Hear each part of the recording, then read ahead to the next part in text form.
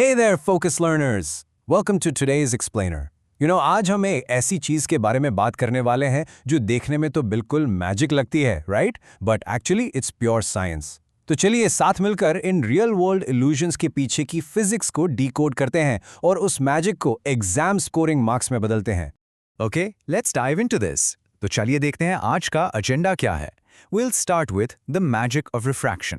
फिर समझेंगे understanding refractive index, उसके बाद meet the spherical lenses, then drawing the ray diagrams, moving on to lens formula and magnification, or finally power of a lens. A structured, no-nonsense guide to mastering this chapter. Number 1. The magic of refraction. Seeing is not always believing.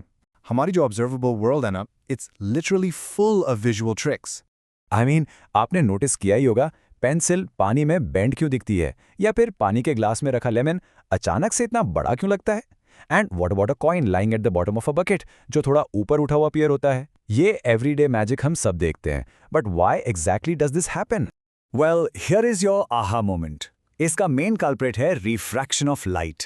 The thing is, light हमेशा एक ही direction में travel नहीं करती। नोप, जब light एक transparent medium से दूसरे में ऑब्लिकली, मतलब थोड़े एंगल पर एंटर करती है, तो वो अपना रास्ता बदल लेती है। ये मीडिया के इंटरफेस पर लाइट का जो बेंडिंग होता है ना, वही इन सारे इल्यूजन्स की जड़ है।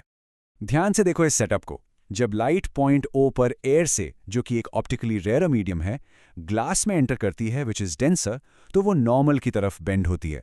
एंड देन जब वही लाइट पॉइंट O' पर ग्लास से वापस एयर में आती है, it bends away from the normal. तो रिजल्ट क्या निकला? जो इमर्जेंट रे बाहर आती है ना, वो ओरिजिनल इंसिडेंट रे के पैरेलल जरूर होती है, but it's shifted slightly to the side. Number 2. Understanding refractive index. Measuring the bend. तो अब सवाल ये है, how do we actually measure this bending? So, check this out. 300 million meters per second. That is literally the absolute speed limit of light in a vacuum. अब इसको ऐसे समझो। मान लो आप एक बिल्कुल खाली सड़क पर फुल स्पीड में दौड़ रहे हो और अचानक से एक भीड़-भाड़ वाले मार्केट में आ गए। What happens? You slow down, right? Exactly यही लाइट के साथ होता है जब वो किसी डेंसर मीडियम में एंटर करती है। और यहीं पर एंट्री होती है रिफ्रैक्टिव इंडेक्स की, जिसे हम लेटर N से डिनोट करते हैं। Snell's law of refraction tells us कि एक कांस्टेंट N हमें एग्जैक्ट नंबर देता है कि एक स्पेसिफिक मीडियम लाइट को कितना स्लो करेगा और अल्टीमेटली कितना बेंड करेगा।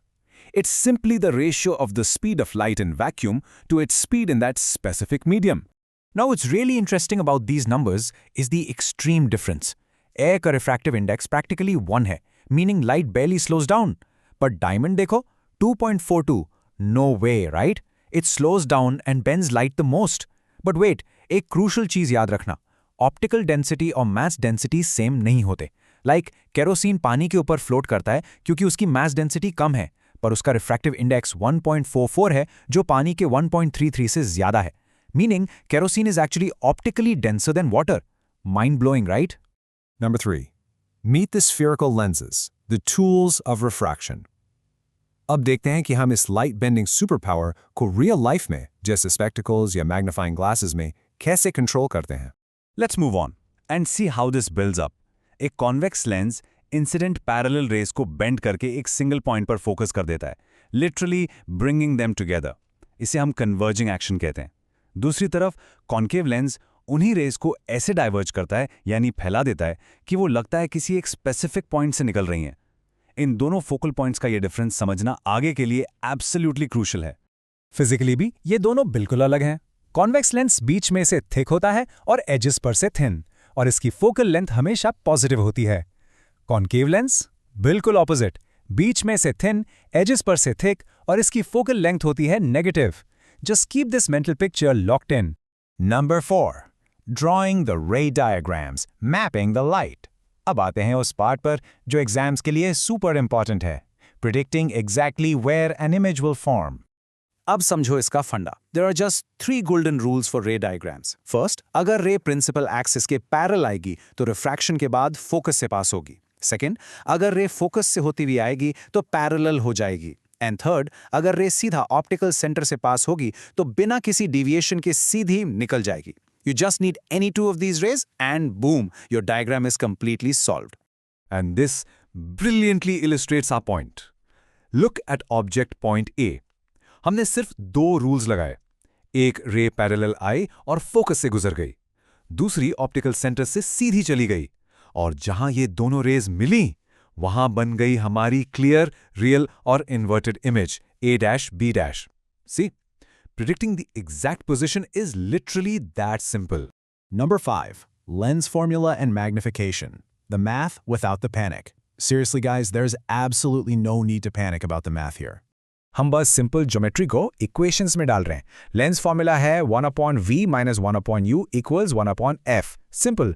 v है इमेज डिस्टेंस, u है ऑब्जेक्ट डिस्टेंस और f है फोकल लेंथ। फिर आती है मैग्निफिकेशन या m, which is just v divided by u।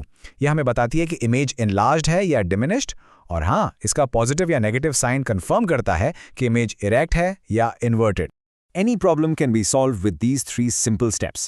First, identify the given values and strictly apply the sign convention. यहीं पर सबसे ज़्यादा mistakes होती हैं.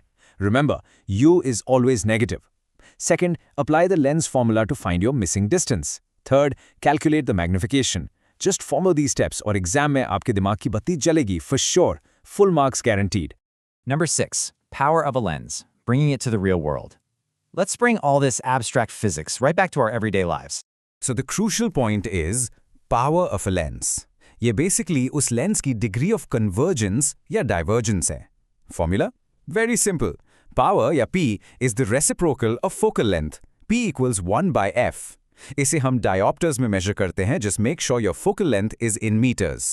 So shorter focal length means a much stronger lens, meaning higher power. और best part? Opticians simply in powers को algebraically add करते हैं. Like a +2.0D and a +0.25D lens combined will perfectly give you a +2.25D prescription. Easy. Okay, so a quick question for you before we wrap up. अगर किसी के spectacles की power +2.0 diopter है, तो उनकी आंखों के सामने एक्चुअली कौन सा लेंस काम कर रहा है? Hint, it's focusing the light. सोचो और हमें जरूर बताना. Keep observing your surroundings, क्योंकि फिजिक्स कहीं दूर नहीं, exactly आपके आसपास के everyday magic में छुपी है. Catch you in the next explainer.